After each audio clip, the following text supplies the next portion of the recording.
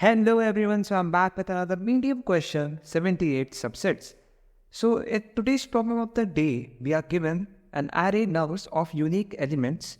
That's an important point, that the elements in the array are unique and we want to return all the possible subsets. What does subset means?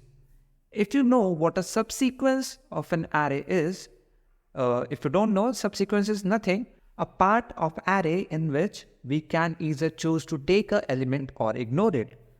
The only difference that we can find in a subset and a subsequence is the order, because this subset, in subsets order doesn't matter. This subset are 3, 2, 1 or let's say 3, 1, 2, they all are identical. These three elements are same, or these three subsets are same. But the subsequence, only this is the valid subsequence because we have traverse in the direction of array and these elements are arranged according to their position in the original array. So this is just like the previous question that we solved yesterday. So if you want, you can watch this video and then watch it again if you haven't understood it good enough. So now let's move on to the recursion tree of this problem. We will solve this by recursion. It is like the standard question which we can think of it as generating all possible subsequence of an array. And you may wonder, why is this unique element is a condition here? Because if we have had an array like 1, 2, 2 and 3, then the possible subsequence would have been 1, 2, 2 or 1, 2, 2 and 3. These are the possible subsequences of this array. But in subset, we know that the elements should be unique. So we need to consider this 1, 2, 2 as 1 and 2 because we cannot add this again. So if this was not the case, that elements are not unique and then we have to return the subset, then we just have to do one different thing, and that is to use a subset, that is to use a set from STL or collections instead of using the vector which you have to return here.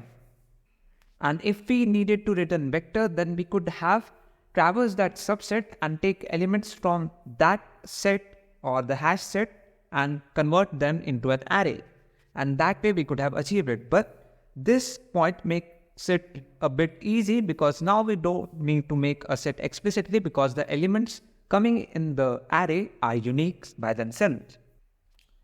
In this recursion tree, in the function, we will use this variable I to keep track of the current index in the array, and also to store the subset that we are making, we will use a vector or a list because we don't know what's going to be the size. So according to language, Java or C++, you can use any one of them. So initially, our I would be at 0 and our set would be empty. And just like previous question, we will have two possibilities for this index.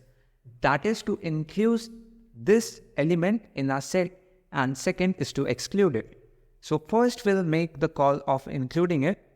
So let's say we included this element, and so that would become 1, 2 and 3, and I will move forward after this call and our set will contain 1 because we have included it in this call. And the second call would be of excluding it, but that would come after we have backtracked from this call. So we will do it how it will happen in the stack. So first we will go here, I will be incremented, and now we are at 2, and for this 2 we again have two choices. The first one would be to include it. So that would be 1, 2 and 3, and now I will move forward, and now a set will become 1, 2 because we have included this 2 in our set. Now let's move forward. For this I, for this 3, for the left call we will again include it. So 1, 2 and 3 will be our array. I will move out of bounds of the array and we will include this 3. Now one thing you notice that now our I is out of bounds, so this is nothing but our base case. So we need to return from here. Okay, and one thing to mention here, that this is the base case. This means that we have now left with this set. Okay, And you will notice that whenever we are at base case, we have a subsequence which we will add to our final answer. So with this I and this nums and this variable or the set that storing the current subsequence, you will need a final answer. This answer will store every possible subsequence that is generated at the base case. And now this and this will be passed by reference in C++.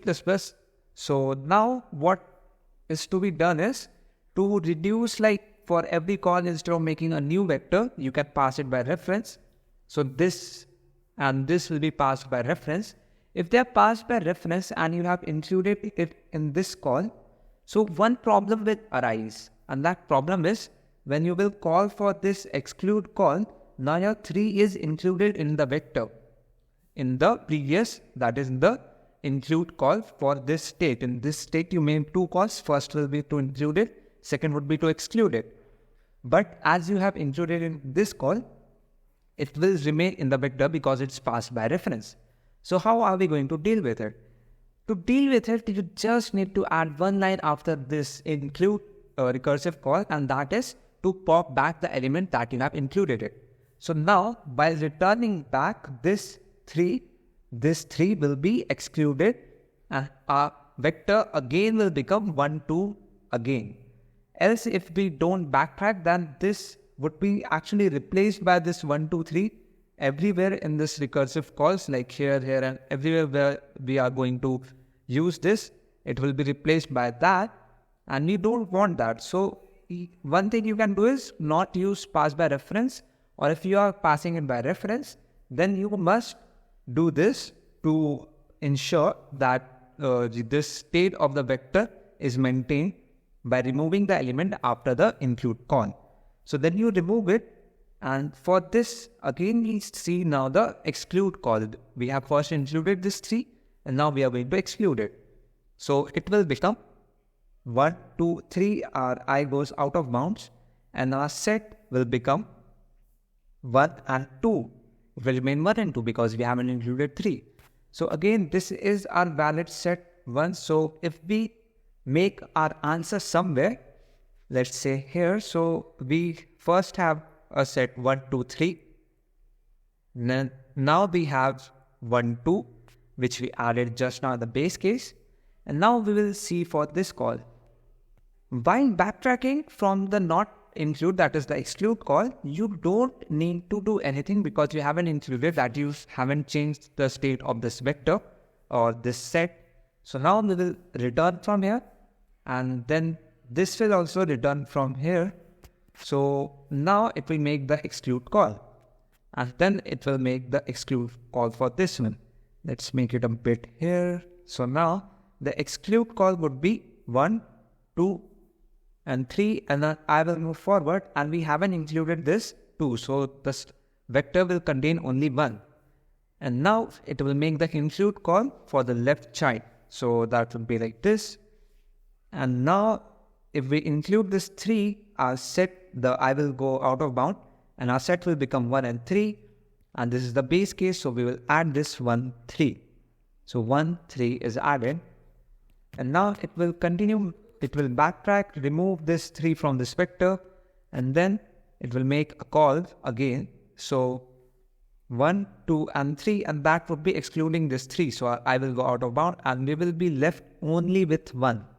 So now we will have only this 1. Then it will backtrack here, here, and then again. I will resize this to fit all the states and make a speed run, which you can see, and try out yourself to make this recursion tree. So that's all for this video. If you have a doubt or you have a better solution to this problem, feel free to comment down. Till then, keep watching. Bye bye. Goodbye. Goodbye.